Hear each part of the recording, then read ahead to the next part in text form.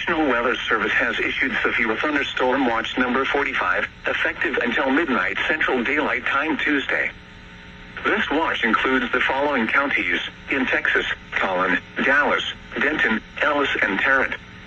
Remember, a severe thunderstorm watch means the conditions are favorable for the development of severe weather, including large hail and damaging winds, in and close to the watch area.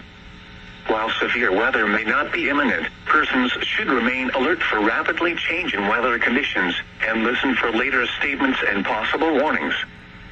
Stay tuned to NOAA weather radio, commercial radio and television outlets, or internet sources for the latest severe weather information.